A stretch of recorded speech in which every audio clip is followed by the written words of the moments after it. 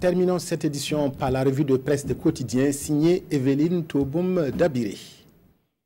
La récréation est terminée, l'opposition politique va lâcher ses troupes. C'est ainsi que l'observateur Palga résume l'appel de l'opposition à la marche du 29 septembre prochain. Raison de cette marche, dénoncer la gouvernance chaotique du pouvoir actuel, explique Sidoya.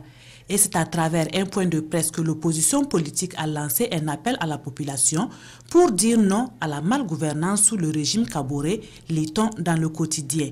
Et si l'Express du Faso perçoit la portée positive d'une telle marche qui pourrait amener le pouvoir à changer de fusil d'épaule, ce journal estime que dans ce contexte d'insécurité, priorité doit être donnée à la sécurité des manifestants.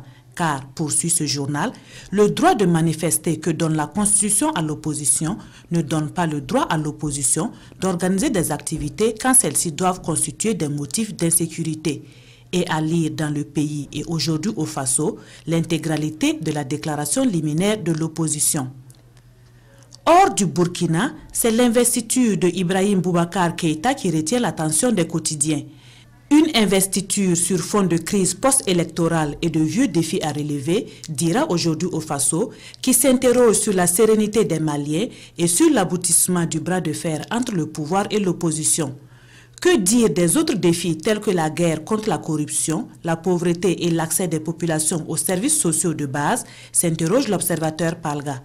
Pourra-t-il relever le défi ou du moins y apporter un début de réponse, poursuit ce journal qui répond dans la foulée par l'affirmative, mais à condition de forger l'unité avec une opposition qui est décidée à pourrir son quinquennat.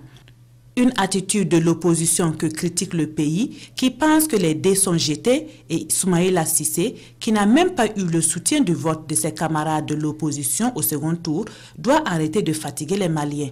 Quant à Ibeka, conclut ce journal, face à la montagne de défis qui l'attend, il lui faut plus que des talents d'alpiniste pour tirer son pays de l'ornière.